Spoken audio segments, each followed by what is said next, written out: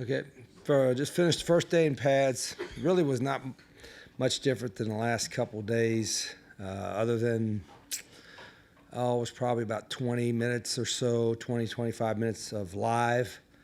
Didn't have the quarterbacks live yet. Probably have them go live on Thursday. But there was some live tackling, which should bring a certain level of intensity and also a certain level of true football. So I probably would have gone a little bit longer, but then I got mad at something and just made them run, you know, made them run for 10 or 15 minutes and then ended practice.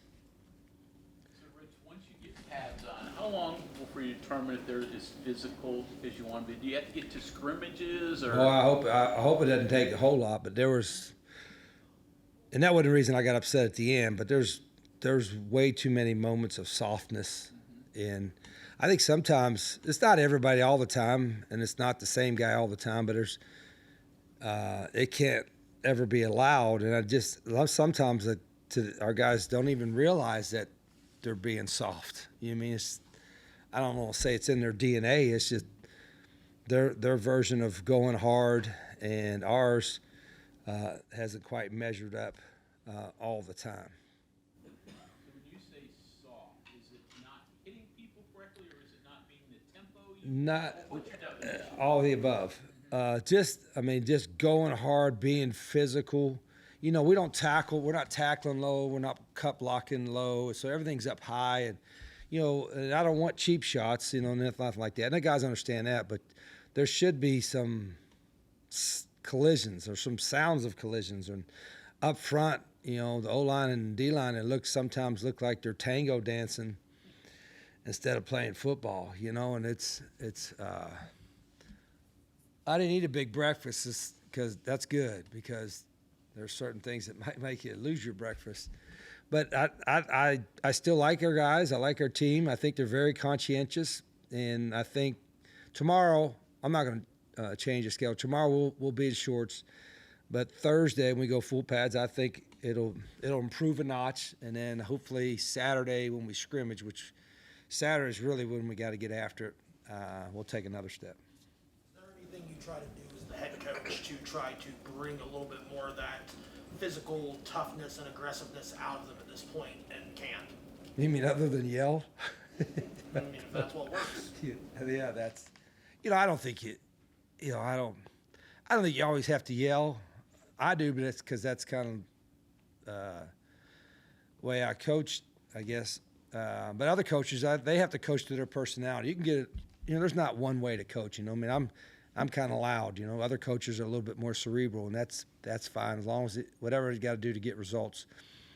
And it wasn't like yelling the whole practice, but there are some moments where you almost have to overemphasize things, so not just that particular player, but all the players at that position or have that role understand it. The last thing you got to do, the guys understand this, we can't make the same mistakes tomorrow as we did today.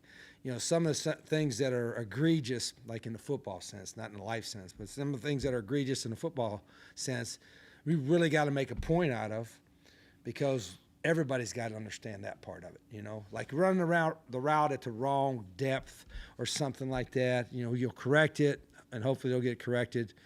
But like if you run the wrong route because you're lazy and don't do a particular technique in that route because you're lazy, that is a different type of dynamic to get corrected, in my opinion. Are the egregious errors, are they usually mental things? Like you said, just running at the wrong Well, they're usually, I think it's all mental, right? When you either didn't know what you're doing, which that to me is usually not the case, or you're too lazy to do it the right way. Typically, most of the things that get upset about is they take the easy way out. They take the lazy way out. We said that earlier. I mean, everything, when it was a couple of days ago, everything's made for them to be easier. And so, unfortunately, sometimes they take that to the football sense, and they take the easy route in doing a technique, and when the hard way is the better way. But our guys, like I said, I think they're very conscientious. So I think the next day in pads, we'll be a little more physical up front. We'll be a little more attuned to the details when you're going live to not be lazy in your techniques. When you were describing your installation process, the kind of the 5 parts, 5 days deal, is that like intertwined run, some pass, and then the plays in there that have options off each other? Yeah, but I'm always overly ambitious with our install. Like we have, this is what we want to get in, and inevitably we can't even do the things we wanted to do right in the first day. It's like, then I go back, it's like, why we got all these plays? All we got to do is run, 10 or 12 of them and run really good and have options off of them. So that'll be part of my discussions with the offensive staff. I mean, I'm there, I'm responsible for it, so I've got to make sure that we got enough plays to have success, but we got to be able to run those plays really, really good, and then we can branch out from there. We're not ready to branch yet, really. When you started, you were probably practicing 2-3 times a day during camp, 6 hours. Obviously, you don't come close to that anymore. So how do you develop in camp without being on the field? So meeting room, that much more important? How does it work? Yeah, I think there's no question. It's a little difference that the guys are here in the summer and we are able to spend time with them. So that's helped where you don't have to have multiple practices. But I also think in a way it hinders, like every coach, we used to have 2 days, 3 days. Guys, and you didn't have guys pulling a lot of muscles because, man, they was in shape. When I played over here as a freshman, I remember we walked 6 times from the Towers dormitory because you had walked over for the morning practice, then back, walked over for the afternoon practice and back, then you walked over for the evening practice and back. So you had 6 times you walked back and forth in three days. And, that's what everybody did back then. And so we didn't need cars because we were in shape. I would have took a ride, but we weren't allowed to take a ride. So, I'm not one of these guys that goes back and says, oh, look at the hard day, how hard it was back in the day and all that. These guys work hard and I got a great training staff. But I do think it's this commonplace. Now, here you are, it's getting me going on a rant again. I think it's just commonplace for guys to think more about other stuff than football. Well, there should be nothing else on their mind like during football camp than football. I mean, they're going home and, I don't know what our guys doing. They get a couple hours. They got a couple hours this afternoon. They're probably going home and watching somebody dance in their tights on TikTok in their locker room, probably. Or they're watching SpongeBob SquarePants, or, they might be playing video game football. Maybe that's the closest thing they got to football, but I don't know. You're talking about the difference between when you were playing in 1984 Yeah. and now. How about when you got here in 2001? Is it much different than that? Yeah, I even think then there was less, I don't want to say less to do, but less options. There wasn't cell phones then. I don't think there wasn't cell phones. There wasn't video games. So even then it was not as difficult, but not nearly as much. And again, I'm an advocate. Like, look at our stuff, right? All the stuff we got in this building, and I'm an advocate for all these kids and the stuff we're doing for them and all that. But I do think part of my responsibility is to teach our guys to get up, put a great day's work in, and maybe, I don't know if you're going to outwork your opponent because everybody works hard, but have a sense of appreciation for their opportunity and work really, really hard to make the most of it. And then when they graduate or move on to whatever career they're going to have, they're going to outwork somebody in the same field so they can have success. That's kind of a pipe dream, but I also think there's some realistic goals with that. My previous experiences with college football camp, it was very much, more.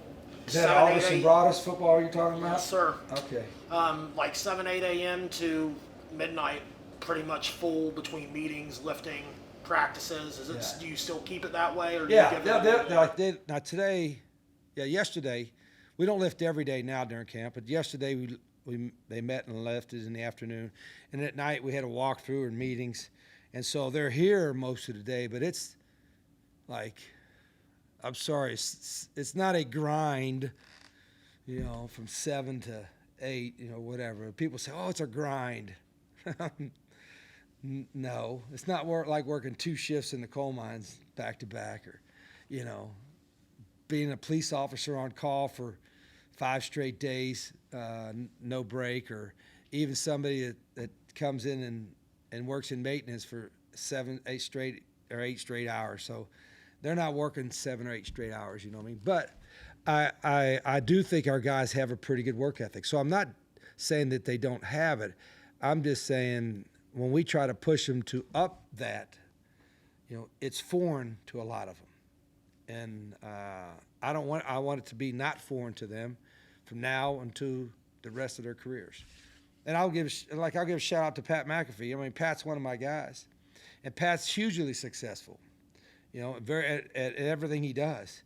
But Pat works his tail off now. I'm telling you, you know, look at all the things he does. I mean, from 7 days a week all over the country. I mean, he's earned his success, and there's a lot of guys that have a similar story to that.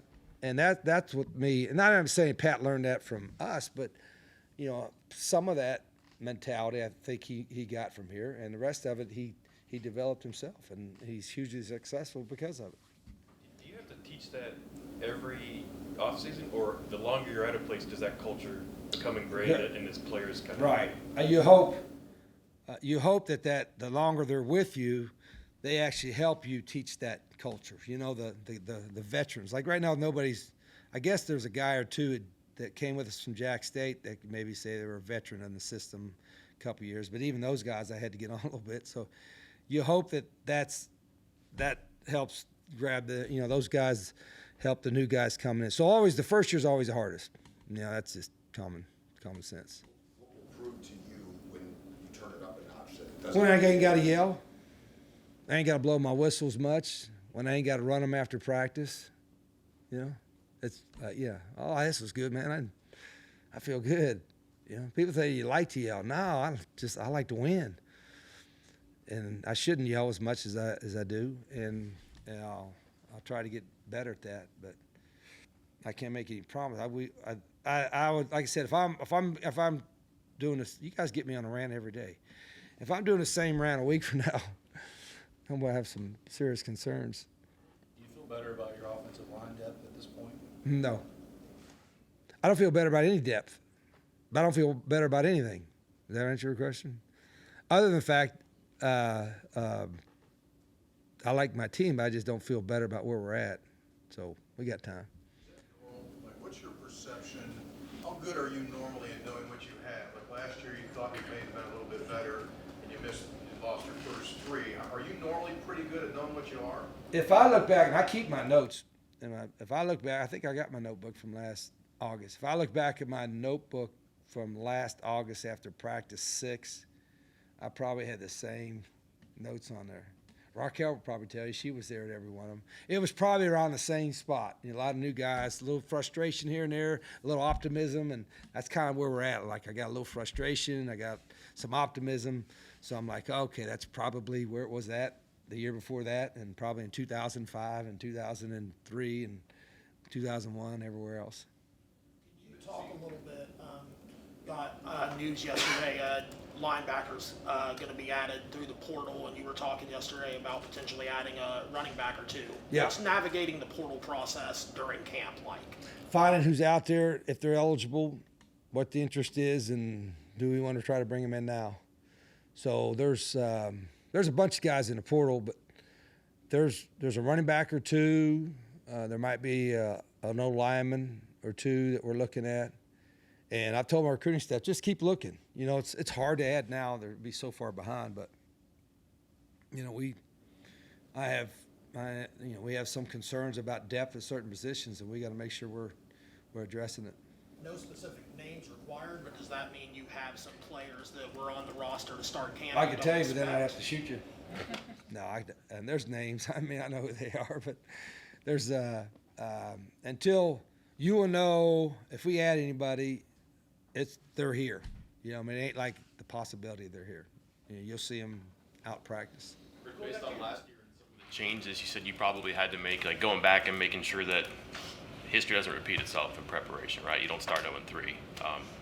Are you applying? Are you applying any fixes? We didn't play good, and some of it was who we played, and some of it was a lot of circumstances. Every circumstance is a little bit different, but again, want to make sure that the notes I wrote down, hey, we probably should do this, try to do that, and I'm looking at those because again, I want to be better coming out of the gates, especially with not only a lot of new guys, but like almost no experience with returner starters. Even so, we got a couple guys, but that's about it. But that's actually makes, I think, camp more competitive, and to me, it's like for coaches, we don't have enough hours in a day, to watch all the film and evaluate, and so that makes it fun. I like, we're not bored, that's for sure. How much unteaching do you have to do with 70-something players, and then? Well, it's really reteach? not like unteaching or bad habits. So, like they just have different habits. Like sometimes a freshman quarterback, for instance, he's not going to have a different habit or a different type of drop or different type of mindset on a certain route package than we do because he don't have any. He has, so, but high school kids are so much better coached nowadays, and these high school coaches do a great job. So young quarterbacks are pretty developed, but our things that we ask our quarterbacks to do are a little bit unique and different, and so it takes all of them a little while to get that, and I think they're getting there. I mean, I think our quarterback situation is going to be okay. Okay, thank you, Coach. Okay, thank you.